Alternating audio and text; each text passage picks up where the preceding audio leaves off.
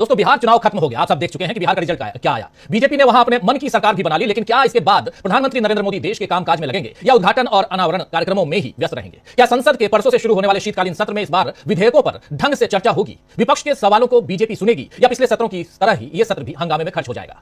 वैसे आसार तो यही बन रहे हैं कि इस बार भी बीजेपी विपक्ष से बचने का बहाना खोजेगी, क्योंकि बीजेपी भी यह बात जानती है कि प्रचार के कारण उसका दबदबा बना हुआ है। वरना विपक्ष के सवालों के जवाब देने की बारी आए तो बीजेपी के पास एक भी ठोस तर्क या पुख्ता सबूत नहीं होते हैं। विपक्ष को गलत साबित करने के लिए जो नैरेटिव बीजेपी गढ़ती है वो भी देर अबेर ध्वस्त हो जाते हैं। फिर भी चुनाव जीतकर बीजेपी खुद को शहंशाह मानने लगी है। अभी राहुल गांधी का ही मामला ले लीजिए। पुणे की एक अदालत में वीडी सावरकर के अपमान पर मानहानि का मुकदमा राहुल गांधी पर चल रहा है। आप सबने देखा वीडी सावरकर का मामला, और उस पर राहुल गांधी ने जो भी बयान दिया था उसको लेकर वीडी सावरकर के ही परिवार के सदस्य ने एक केस दर्ज कर दिया वहां पुणे में। लेकिन अभी 27 नवंबर को, यानी 2 दिन पहले 27 नवंबर को इस मामले में सुनवाई हो रही थी, और वही सीडी बतौर सबूत पेश की गई जिसमें राहुल गांधी का भाषण था। लेकिन वो सीडी पूरी तरह से ब्लैंक निकली, खाली निकली, उसमें कुछ भी नहीं था, राहुल गांधी का भाषण नहीं था। यानी राहुल के खिलाफ जिस सीडी के आधार पर पूरा मुकदमा चला वो सीडी ही खाली निकली। राहुल गांधी पर मुकदमा करने वाले सत्यकी सावरकर के वकील ने अदालत में कहा कि सीडी ब्लैंक है तो यूट्यूब पर भाषण सुन लेते हैं।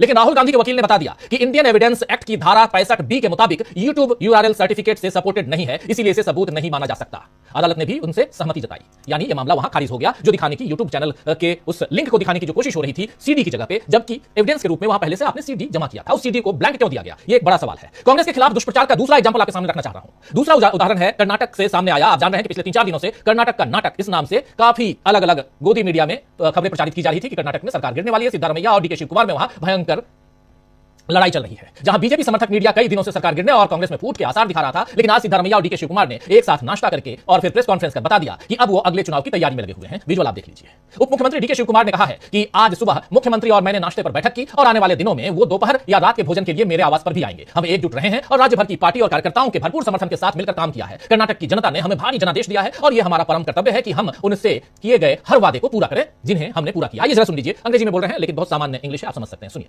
Today I'm very happy that all of you have come for press conference. Today myself and the Honorable Chief Minister, we had a breakfast meeting, and Mr. CM is also going to come for a lunch or dinner next 2 days to my residence. We all have joined together, we have worked together.